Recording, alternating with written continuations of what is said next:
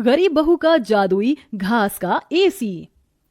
एक छोटे से गांव में सरिता अपनी बहू और अपने गरीब परिवार के साथ रह रही थी। बेटा, आज हमें ये रात को सारा काम खत्म करना होगा, कल ये सारा ऑर्डर का सामान जाएगा। माँ, मैं तो कोशिश कर ही रहा था लेकिन घास ही खत्म हो गई। अब आप ही बताओ ना, मैं क्या करूँ? हमारे पास और कोई चारा नहीं है, हमें जंगल से और घास काट कर लानी होगी। इस समय जंगल में जाने का फायदा नहीं है, कभी भी कुछ भी हो सकता है। जंगली जानवर रात के समय ही बाहर निकलते हैं। अजय बिल्कुल सही कह रहा है बहू।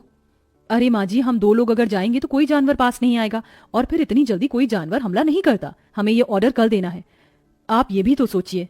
लेकिन बहू।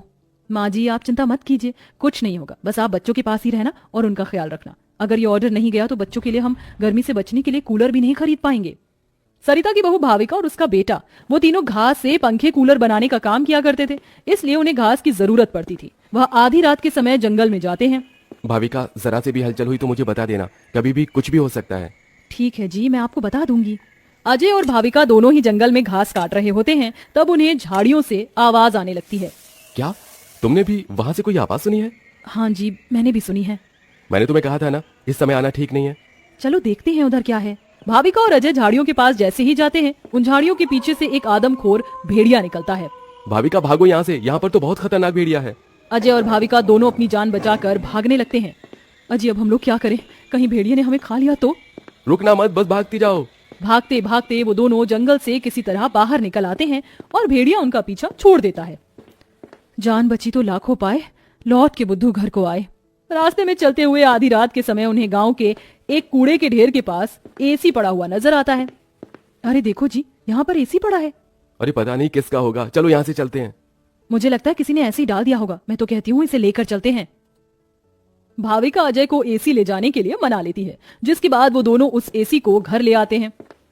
तुम दोनों तो घास लेने गए थे, ये क्या लेकर आ गए हो? ये हमें रास्ते में पड़ा मिला। जब हम कूलर पंखे बना लेते हैं तो एसी भी बना सकते हैं। इस खराब एसी को छोड़ो और ये बताओ, क्या तुम घास लेकर आई हो? सरिता के ये बोलने के बाद जंगल की दुर्घटना के बारे में दोनों बताते हैं, जिसे सुनकर सरिता हैरान रह जाती है। अच्छा, इसका मतलब बहुत बड़ी मुसीबत से बचकर आए हो तुम दोनों, और साथ में ये कचरा उठाकर ले आए। वह तीनों बहुत ज्यादा परेशान हो जाते हैं। कल का ऑर्डर पूरा करने के बाद उन्हें कुछ पैसे मिल जाते, लेकिन घास न होने की वजह से उनका ऑर्डर पूरा नहीं हो पाता और वह ऑर्डर कैंसिल हो जाता है। अगले दिन उनके टूटे फूटे घर के अंदर धूप की किरणें आने लगती हैं, जिससे बहुत ज्यादा गर्मी हो जाती है। हे भगवान, कितनी गर्मी लग रही है, घर में पंखा भी नहीं चल रहा है। मुझे भी बहुत गर्मी लग रही है। पिताजी पिताजी, हमें बहुत गर्मी लग रही है, हमारे घर में एक पंखा भी ठीक से नहीं चलता। बेटा, थोड़ा सा सब्र रखो, कुछ दिनों में मेरे पैसे मुझे मिल जाएंगे तो मैं घर के अंदर एक अच्छा सा पंखा लगवा दूंगा।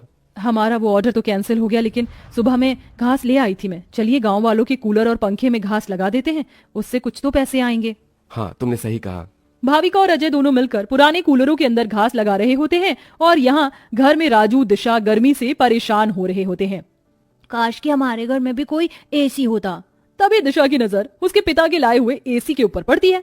अरे राजू, जरा इसे देखो, लगता है पिताजी हमारे लिए एसी लेकर आए हैं, पर उन्होंने ये एसी अभी तक क्यों नहीं लगाया? क्योंकि ये एसी खराब है, बस इसीलिए। कल रात तुम्हारे माता पिता को यह कूड़े करकट में मिला था। ये सुनने के बाद राजू इस बात से तो खुश होता है कि उसके पिताजी पुराना ही सही, कम से कम एक एसी तो घर पर लेकर आए। कुछ देर बाद वह अपने दोस्तों के पास खेलने चला जाता है। ढोलू ढोलू, कहाँ हो तुम? चलो खेलते हैं। आज मैं नहीं आ सकता, बहुत गर्मी है, और इतनी गर्मी में मेरा मन नहीं कर रहा है आने का, क्योंकि मेरे घर के अंदर एसी लगा हुआ है। मैं उसकी ठंडी हवा में ही बैठना चाहता हूँ। क्या कहा? तुम्हारे घर के अंदर भी एसी है? हाँ, और हमारा एसी बहुत अच्छा चलता है, बहुत ठंडा कर देता है घर को। राजू यह सुनकर बहुत खुश होता है। वह वापस अपने घर पर आता है और अपने पिता से कहता है, पिताजी पिताजी, मेरे लिए एसी ठीक कर दीजिए, बहुत गर्मी होती है घर के अंदर, मेरे सभी दोस्तों के पास एसी है। राजू बेटा, मैं एसी ठीक करने वाला नहीं हूँ, कहीं मुझसे एसी खराब हो गया तो ज्यादा पैसे चले जाएंगे उसे ठीक करवाने में। अरे पिताजी, आप तो एक्सपर्ट हो, आपको तो सब कुछ आता है, आप एसी को भी ठीक कर दोगे, मुझे पता है। राजू के कहने पर अजय एसी को ठीक करने की कोशिश करता है। अजय को लगता है कि उसके ठीक करने पर एसी ठीक हो गया होगा, लेकिन एसी ऑन होते ही उसके अंदर से धुआं निकलने लगता है। ये क्या हो गया? लगता है ये एसी खराब है, फेंक दो इस एसी को। राजू गुस्से में ऐसा कहकर चला जाता है, जिसके बाद उसे इस तरह देखने से उसके दोनों माता पिता परेशान हो जाते हैं। हमें हमारे बेटे के लिए एक एसी तो बनाना चाहिए। भाविक और अजय दोनों अब सारे काम छोड़कर उस एसी को ठीक करने में ही लग जाते हैं।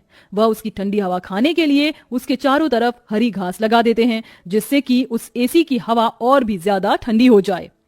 चलो अब एसी तैयार है, इसे चलाकर देखते हैं। भाविका जैसे ही घास का एसी चलाती है, अचानक से उस एसी के आंख नाक मुंह बन जाते हैं। क्या बात है, तुमने तो मुझे बिल्कुल नए जैसा बना दिया है, लेकिन समझ नहीं आ रहा कि तुमने मेरे ऊपर ये घास क्यों लगाई है।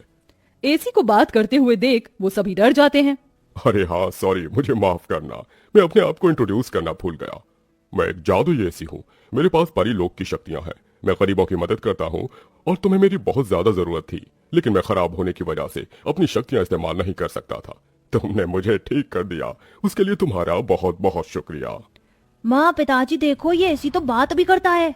हाँ तुमने बिल्कुल सही कहा, ये तो कोई जादुई एसी है। तुमने बिल्कुल सही कहा, मैं हूँ एक जादुई एसी, बल्कि अब मैं हूँ एक घास का जादुई एसी और मुझे तुमने बनाया है। ये घास का जादुई एसी चलता भी है या फिर बस बातें ही करता है? तभी जादुई एसी के अंदर से ठंडी ठंडी हवाओं के साथ घास के बने हुए एसी निकलने लगते हैं। अरे वाह, इसकी ठंडी हवाओं के साथ इसके अंदर से तो घास के बने एसी भी निकल रहे हैं। यही तो मेरा जादुई कमाल है, मेरी ठंडी हवाओं के साथ तुम्हें घास का एसी भी मिलेंगे।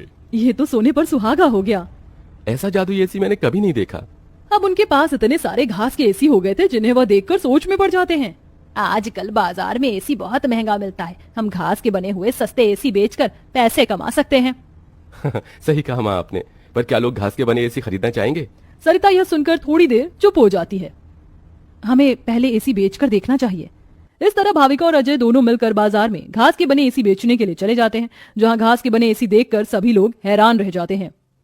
एसी तो बहुत देखे, लेकिन ऐसा एसी नहीं देखा, ये तो बहुत अलग है। घास से बने एसी मैं भी खरीदना चाहूंगी। कितने का है एक? ज्यादा नहीं, मात्र 1,000 रुपए का है। आजकल एसी 30-40 हजार तक मिलते हैं और तुम इतने सस्ते में बिल्कुल कौड़ियों के भाव बेच रहे हो। चलो मुझे एक दे दो। कोमोलिका के खरीदने के बाद वहां और भी लोग उन दोनों से एसी खरीदते हैं। इसी के चलते उनकी अच्छी खासी बिक्री हो जाती है और सारे एसी बिक जाते हैं।